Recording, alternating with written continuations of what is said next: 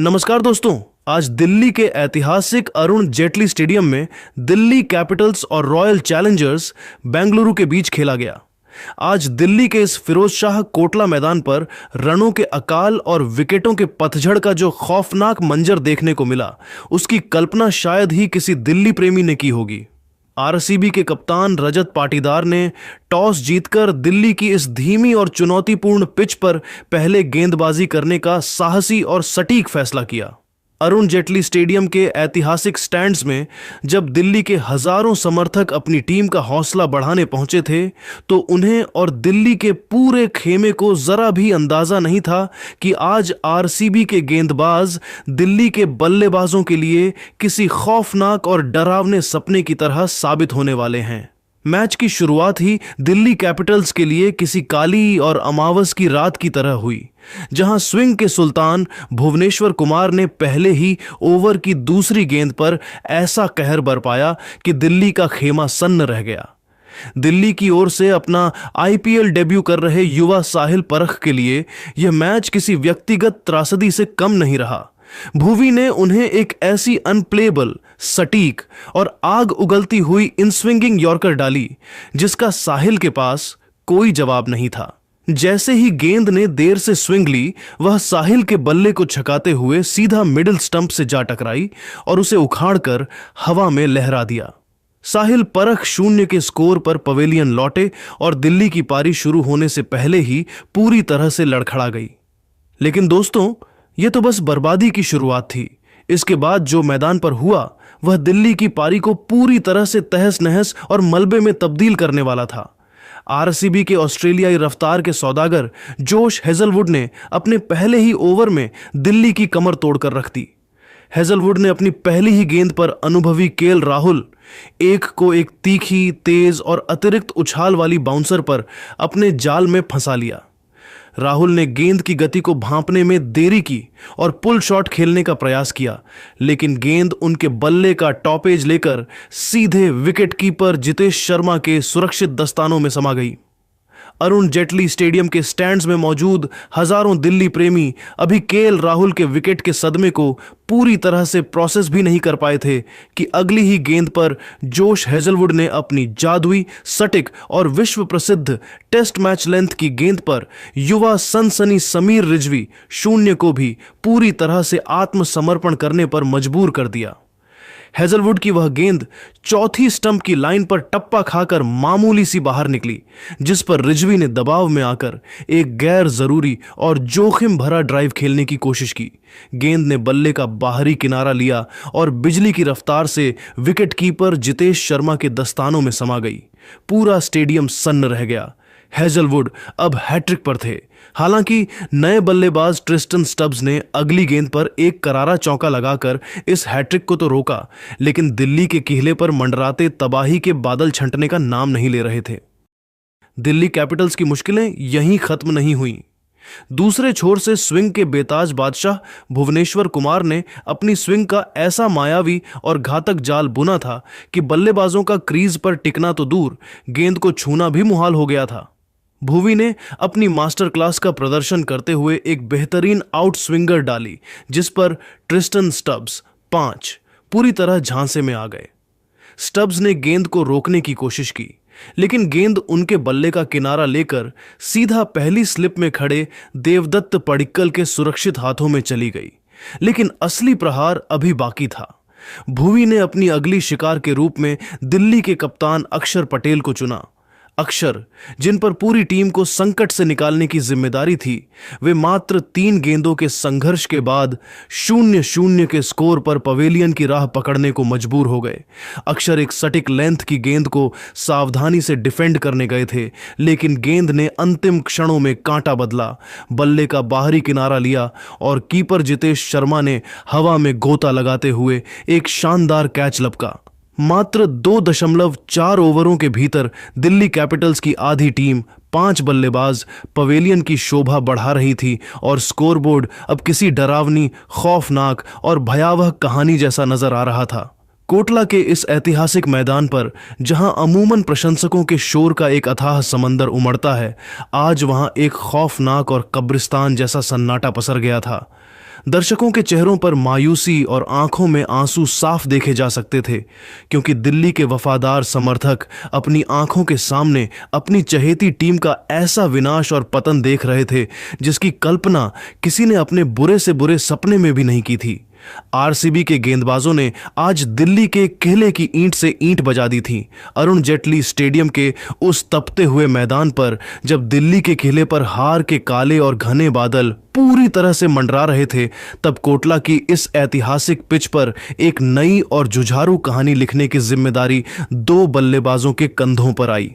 अनुभवी colour Miller यानी David Miller और युवा विकेटकीपर बल्लेबाज अभिषेक पोरेल ने मिलकर मलबे में तब्दील हो चुकी दिल्ली की पारी को एक बार फिर से संभालने और खड़ा करने की पुरजोर कोशिश शुरू की।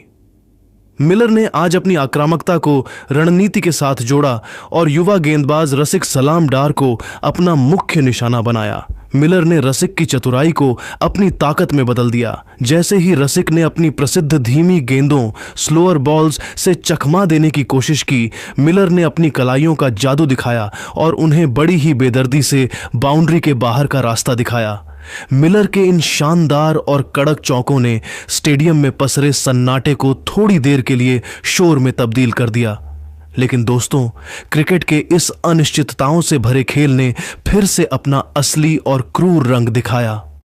जब अरुण जेटली स्टेडियम में मौजूद दर्शकों को ऐसा लगने लगा था कि डेविड मिलर और अभिषेक पोरेल की यह जुझारू साझेदारी दिल्ली कैपिटल्स की डूबती नया को किसी सुरक्षित किनारे की ओर ले जा रही है और आरसीबी के खेमे में भी थोड़ी बेचैनी और तनाव की लहरें साफ देखी जा सकती थीं, ठीक उसी नाजुक मोड़ पर युवा तेज गेंदबाज रसिक सलाम डार ने गजब की मानसिक मजबूती और परिपक्वता का परिचय देते हुए मैच में वापसी की।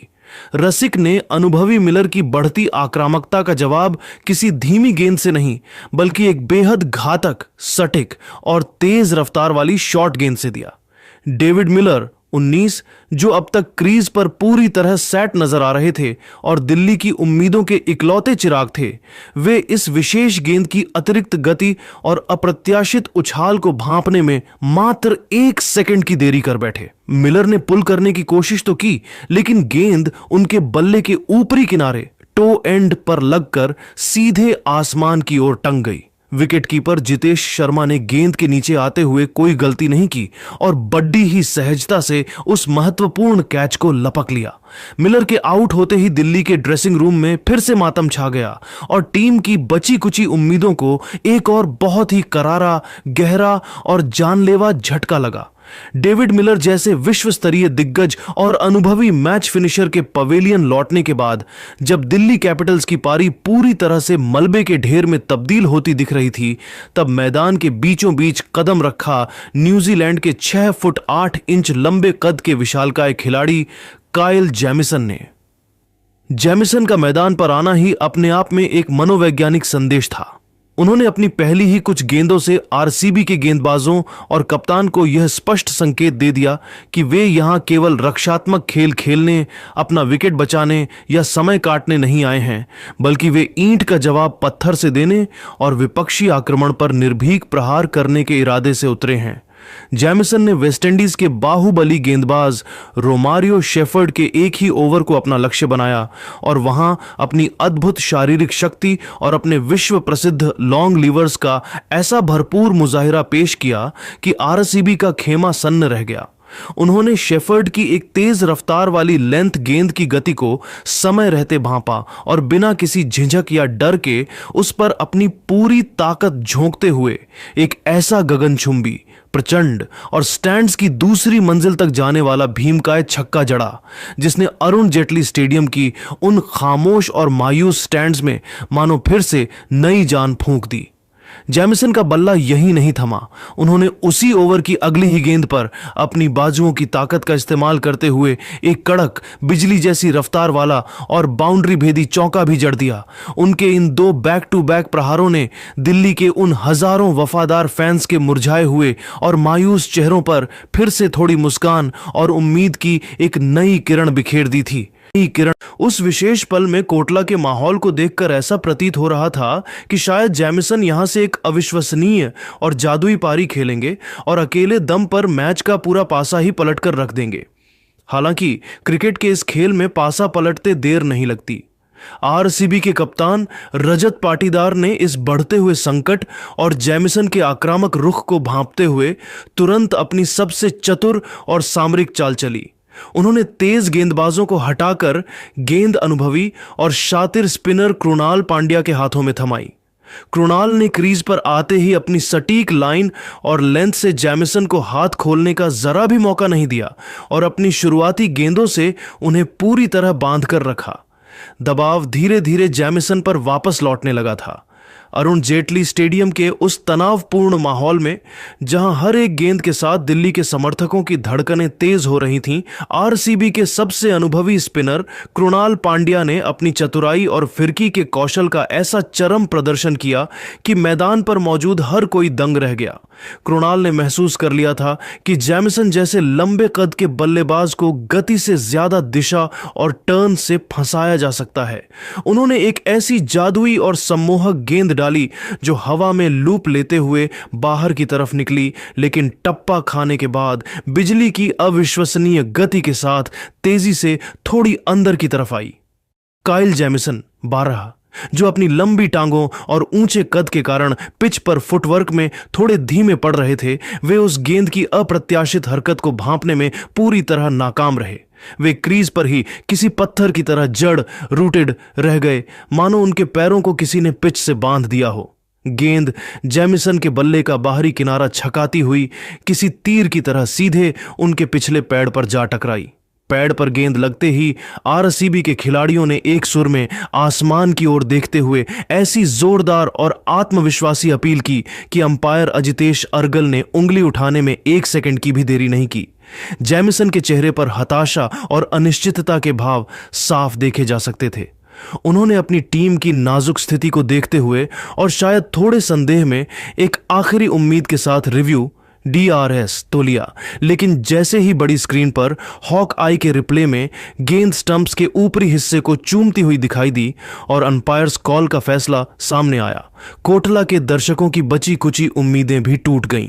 जैमिसन को भारी मन और झुके हुए कंधों के साथ LBW होकर पवेलियन की उस लंबी और दुखदाई राह पर लौटना पड़ा। काइल जैमिसन का आउट होना दिल्ली कैपिटल्स के लिए किसी वज्रपात से कम नहीं था। वे एक ऐसे योद्धा की तरह लग रहे थे जो शायद अपनी ताकत के दम पर इस डूबती नया को पार लगा देंगे, लेकिन उनके जाने से दिल्ली के उस छोटे से प्रभावी और जुझारू संघर्ष की लौ एक बार फिर बेहद कमजोर पड़ गई। अब अरुण जेटली स्टेडियम में वह खौफनाक सन्नाटा फिर से गहरा गया था, जहां केवल आरसीबी के खिलाड़ियों की जश्न की गूंज सुनाई दे रही थी। दिल्ली की पूरी टीम अब हार की कगार पर असहाय, लाचार और पूरी तरह से बेबस खड़ी नजर आ रही थी। आरसीबी के स्पिनरों ने मैच पर अपनी पकड़ फिर से लोहे की तरह मजबूत और फौलादी कर ली थी और दिल्ली का वह ऐतिहासिक केला जिसे बचाने के लिए मिलर और जैमिसन ने संघर्ष किया था, अब पूरी तरह से दरकता और ढहता हुआ दिखाई दे रहा था। स्टेडियम के लाइट टावरों की रोशनी में दिल्ली के फैंस की आंखों की मायूसी साफ बता रही थी कि आज का दिन उनके लिए किसी दुस्वप्न से कम नहीं रहने वाला है। अरुण जेटली स्टेडियम की उस शाम जब दिल्ली के बड़े बड़े धुरंधर पवेलियन की शोभा बढ़ा रहे थे, तब पारी के अंतिम पड़ाव में युवा विकेटकीपर बल्लेबाज अभिषेक पोरेल ने अदम्य साहस का परिचय दिया। पोरेल ने एक छोर को इतनी मजबूती से थामे रखा कि आरसीबी के गेंदबाज भी उनकी एकाग्रता को देखकर दंग रह गए। उन्होंने गिरते हुए विकेटों के बीच कुछ अत्यंत महत्वपूर्ण रन बटोरकर दिल्ली के स्कोरबोर्ड को थोड़ी गरिमा प्रदान करने की कोशिश की।